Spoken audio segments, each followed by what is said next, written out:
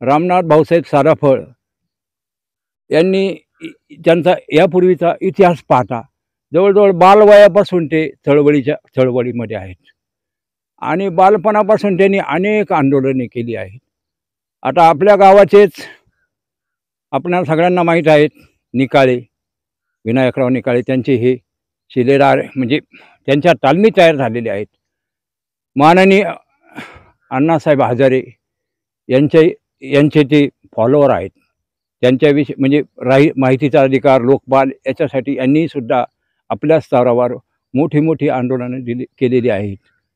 पाणी प्रश्न असेल, पाटबंधारे खात्यावर पाणी येण्यासाठी त्यांनी चळवळी केलेल्या आहेत, अनेक आंदोलने केली आहेत. त्यानंतर रस्ते जे आहे, सार्वजनिक बांधकाम खात्याची रस्त्याची आजची जर अवस्था पाहिली तर आपल्या मार्गे कोणी जाईल मला असं वाटत नाही.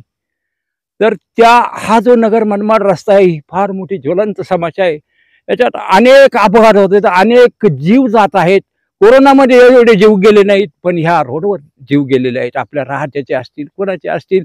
काल मी मोटरसायकलवरून पडलो होतो, घसरून एका गाडीने मला डॅश मारला होता, परंतु सुदैवाने मला काहीही लागलं नाही. असे आणि ही जी समस्या आहे हीच खरी मोठी समस्या आहे. अहो, रस्ता ओलांडायला पायी माणसाला सुद्धा जायला शक्य नाही आहे. एवढी वर्दळ असते आणि या वर्दळीकडं कुणाचंही लक्ष नाही, पण रामभाऊचं नेहमी लक्ष आहे. त्या बाबतीत त्यांनी आतापर्यंत अनेक वेळा आंदोलनं केलेली आहेत. अहो, तोडक्या मोडक्या मोटरसायकलीवर ते प्रवास करत आहेत आणि खरे खंदे शेतकरी आहेत.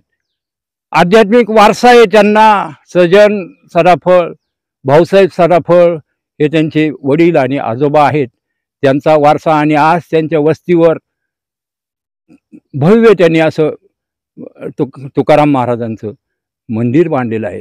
त्या मंदिरातही तो काही त्यांनी स्वतःसाठी केलेलं नाही, कुणी या कुणी सेवा करा अशा पद्धतीचं आहे. आणि राजसाहेब ठाकरे यांच्या मनसे पक्षातून ते जवळजवळ स्थापना झाल्यापासून कार्यरत आहेत. त्या रूपाने त्यांनी जनतेच्या अनेक समस्या सोडलेल्या आहेत. त्यांच्या समस्या आजही ते सोडवत आहेत. आणि आज आपण बघतोय बांधावरून मारामाऱ्या कुऱ्हाडी घेऊन येतात लोक एकमेकाचे तोडायला. भाऊ भावाचा वैरी झाला पाठचा. अशा स्थितीत ते अगदी संयमपणे आपले स्वतःचं छोटंसं शेती, घर, गाया आणि दूध, स्वतः दूध पिळतात, स्वतः दूध नेऊन घालतात, स्वतः पेरू तोडतात, काय नाही करत ते. म्हणजे खरे भूमिपुत्र आहेत. अशा भूमिपुत्राला मी स्वतः बाळासाहेब गुळवे, सर्व शिर्डी मतदारसंघाची जी जनता आहे, कारण मतदार राजा जागा हो, लोकशाहीचा धागा हो, ते सनदशीर मार्गाने चालणार आहे. कारण नुकतीच त्यांना सनद मिळालेली आहे. तर अशा व्यक्तीला मला वाटतं भरघोस मताने जनतेने निवडून द्यावं ही आपणास पुनश्च त्रिवार विनंती. मतदारसंघामध्ये मी ॲडव्होकेट रामनाथ भाऊसाहेब सदाफळ उमेदवारी अर्ज दाखल करून निवडणूक लढवित आहे.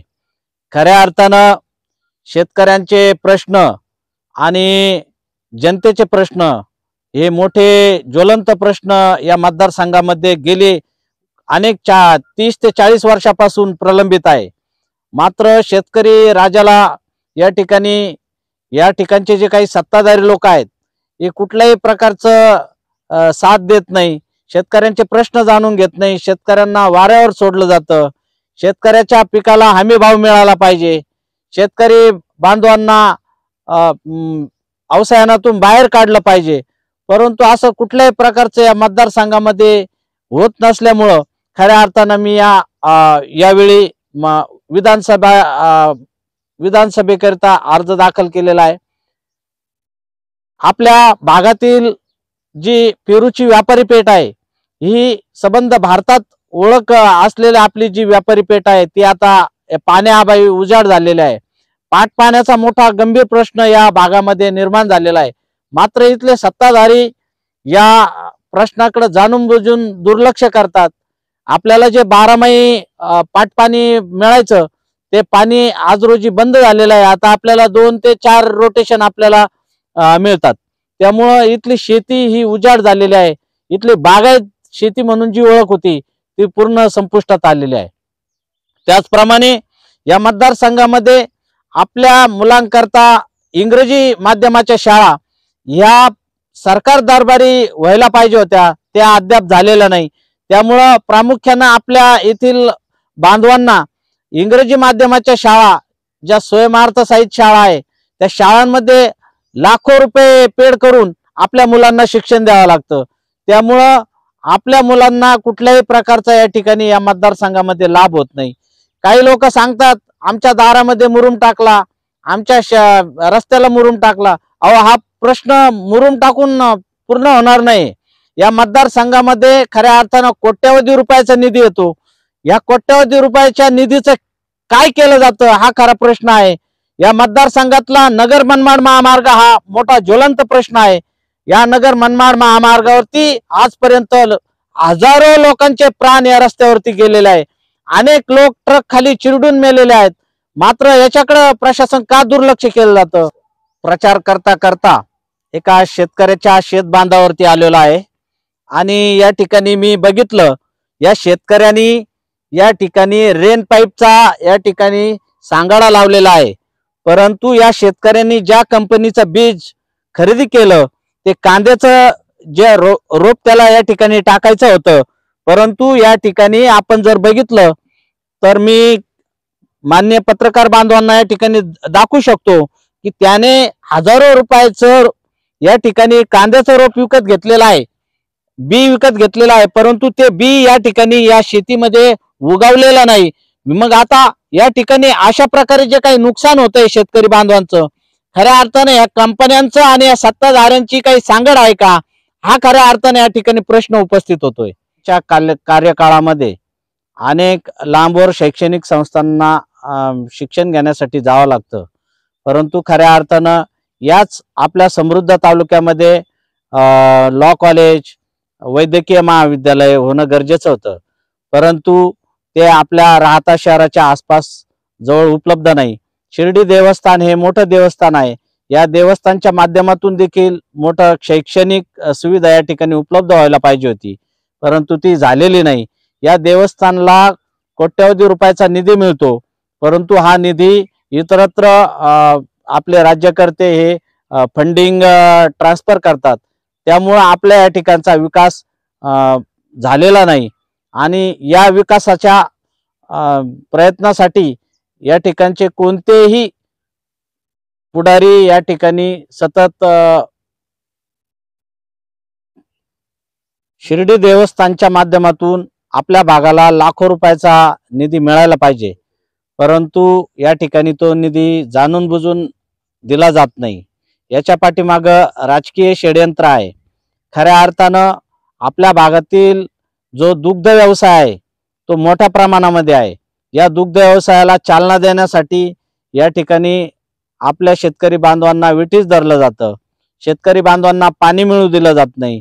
शेतकरी बांधवांना या ठिकाणी मोठ्या सगळ्या नैसर्गिक संकटांना सामोरं जाताना वेगवेगळ्या प्रकारच्या अटी शर्ती निर्बंध लादले जातात. कुठल्याही प्रकारच्या योजनेचा लाभ घ्यायचा असेल तर त्या अटी शर्तींची पूर्तता केल्यानंतर त्या व्यक्तीला लाभ दिला जातो आणि ठराविक कोट्यातील लोकांना हा लाभ दिला जातो. ही मोठी एक खंत आहे.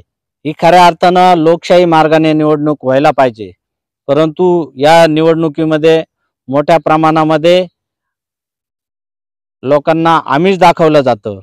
ही खऱ्या अर्थानं खेदाची बाब आहे. लोकांना या ठिकाणी बोलावण्याचं काम काही लोक करीत आहे.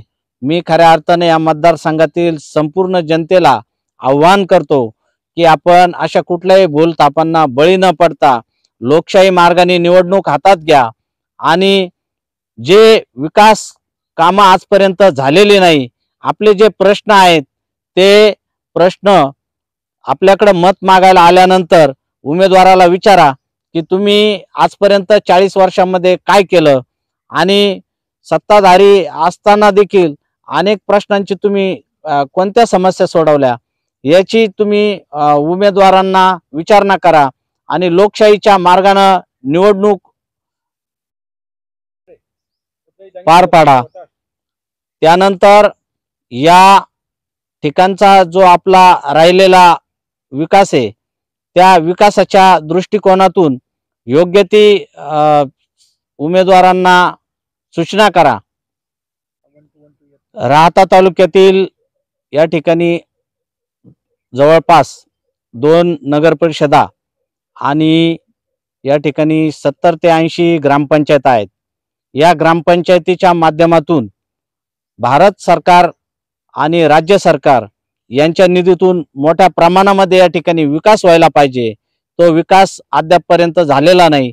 आर्थिक दुर्बल घटकातील लोकांना या ठिकाणी घरकुल संपूर्ण व्हायला पाहिजे होते, परंतु ते गेली 10 वर्षात माननीय देशाचे पंतप्रधान नरेंद्रजी मोदी यांच्या संकल्पनेतून ही घरकुल योजना मोठ्या प्रमाणात राबवण्यात आलेली होती, परंतु त्याचं 100% काम आजपर्यंत पूर्ण झालेलं नाही. अनेक लोकांची घरकुलाची बिले देखील अडविण्यात आलेली आहे. खऱ्या अर्थानं ही एक या लोकांवरती अन्यायकारक बाब आहे.